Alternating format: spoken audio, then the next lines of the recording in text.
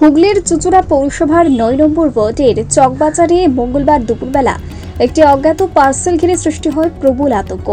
নিত্য মঠের সামনে পড়ে থাকা ওই পার্সেলটি প্রথমে স্থানীয়দের নজরে এলেও কেউ তেমন গুরুত্ব না দিয়ে ধরে নেন এটি হয়তো কারো পড়ে যাওয়া জিনিস, যেটি পরে নিয়ে যাবে। কিন্তু সন্ধ্যা পেরিয়ে রাত যত গভীর হতে থাকে ততই বাড়তে থাকে উৎকণ্ঠা। পার্সেলটি দীর্ঘ সময় ধরে একই জায়গায় পড়ে থাকায় সন্দেহের মাত্রা চরমে পৌঁছয়। রাত 10টা নাগাদ স্থানীয় বাসিন্দারা আর ঝুঁকি না নিয়ে বিষয়টি চুঁচুড়া থানার পুলিশকে জানান। পুলিশ দ্রুত ঘটনাস্থলে পৌঁছে পরিস্থিতি খতিয়ে দেখে। প্রত্যক্ষদর্শীরা জানান পার্সেলটির ওজন প্রায় 13 কেজি। এর গায়ে কোনো প্রেরকের বা প্রাপকের নাম লেখা ছিল বটে, তবে তা অস্পষ্ট। এই অজানা ও ভারী পার্সেলকে কেন্দ্র করে এলাকায় মুহূর্তেই ছড়িয়ে পড়ে নানান গুঞ্জন ও আশঙ্কা। কেউ বলেন এটি বোমাও হতে পারে, আবার কেউ সন্দেহ প্রকাশ করেন বেআইনি কিছু পাচারের চেষ্টা নিয়ে।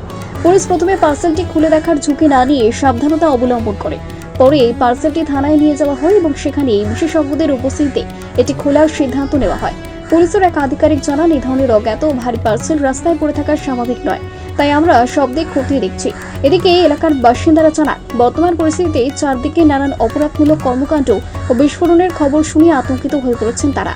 তাদের দাবি, কে বা কারা এই পার্সেল রেখে গেল এবং এর ভেতরে কি ছিল তা দ্রুত জনসম্মুখে আনা হোক। ঘটনার পর চকবাজার এলাকায় সাময়িক উত্তেজনা তৈরি হলেও পুলিশের তৎপরতায় পরিস্থিতি নিয়ন্ত্রণে আসে।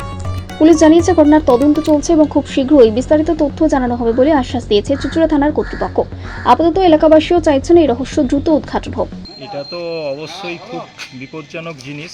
যে কোনো একটা পার্সেল এখন আতঙ্কর ব্যাপার হয়ে গেছে। নানান রকম আমরা শুনতে পাচ্ছি যে এই কাটা মুন্ডু, এই বাচ্চার দেহ চারিদিক থেকে নানান রকমভাবে পাওয়া যাচ্ছে, বা কোনো রকম দাহ্য পদার্থ বা বোম, এই ধরনের জিনিস যেহেতু এটা সিল করা রয়েছে, সেহেতু আমাদের মনে হয়েছে যে এটা আমাদের পাড়ার মধ্যে খুব বিপজ্জনক জিনিস।